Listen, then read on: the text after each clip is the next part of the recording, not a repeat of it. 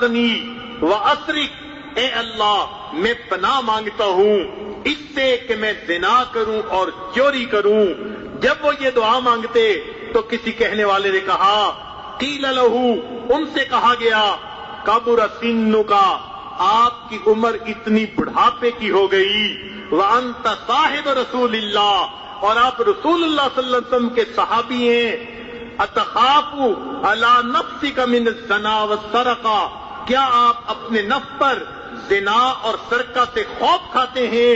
انہوں نے آگے سے قال فرمایا کیف آمن علی نفسی و ابلیس حی، میں اپنے نفس پہ کیسے اطمینان کر سکتا ہوں جبکہ شیطان ابھی زندہ ہے۔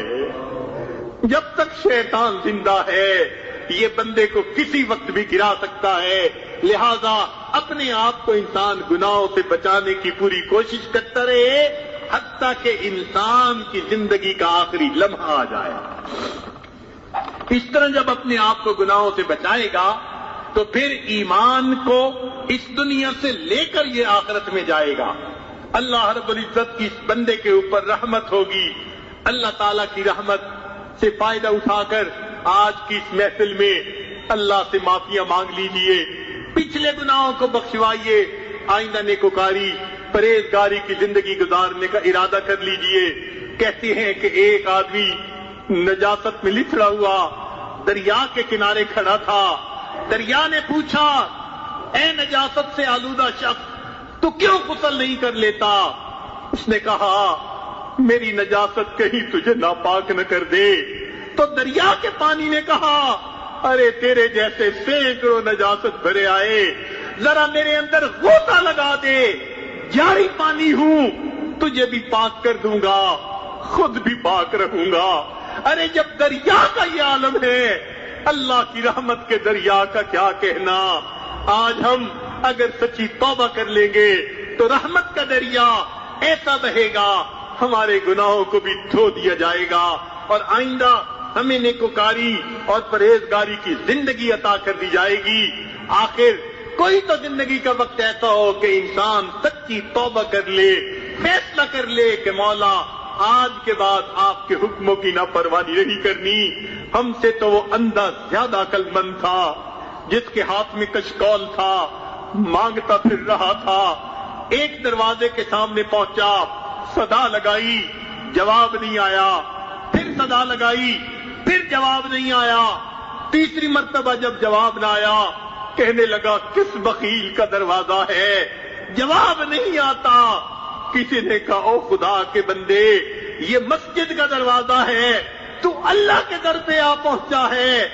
بندے نے جب یہ سنا اس نے زور سے پیالے کو دیوار میں مارا اور اس کو توڑ کے کہا اچھا اگر میں اللہ کے دروازے پہ آ پہنچا ہوں اب میں کسی اور دروازے پہ نہیں آؤں گا، میں رب کے دروازے پہ آ پہنچا ہوں۔ ہم بھی تو اللہ کے گھر میں آئے بیٹھے ہیں، آج ہم اللہ تعالیٰ سے یہی دعا مانگے اے رب کریم اگر کوئی آدمی مندر سے نکل کے جہنم میں ڈال دیا گیا اس پہ کوئی حسرت نہیں، حسرت تو اس پہ ہے جو اللہ کے گھر میں آیا، مسجد میں آیا، مگر یہاں آ کر سچی توبہ نہ کی، اور اللہ پھر آپ اپنے گھر سے اس کو نکال کے جہنم میں ڈال دیں۔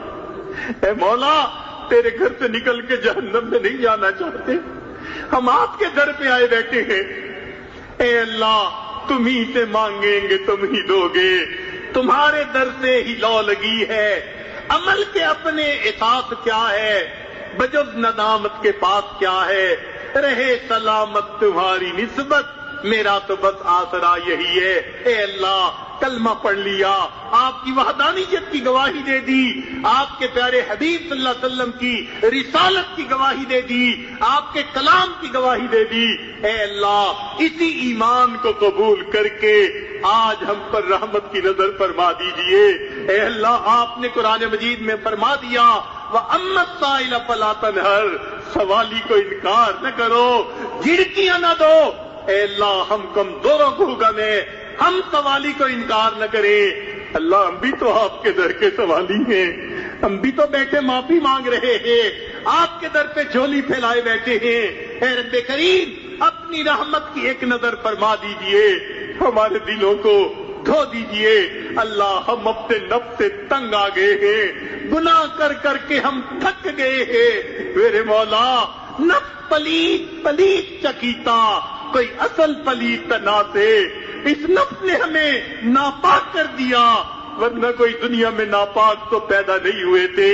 اے اللہ اس ناپاکی کو دور کر کے آج گناہوں سے پاک کر دیجئے، اور آئندہ نیکوکاری پرہیزگاری کی زندگی گزارنے کی ہمیں توفیق عطا فرما دیجئے، تاکہ قیامت کے دن ہم آپ کے پیارے محبوب صلی اللہ علیہ وسلم کے قدموں میں حاضر ہو اور ان کے ہاتھوں حوض کوثر کا جام پینے والے بن جائیں۔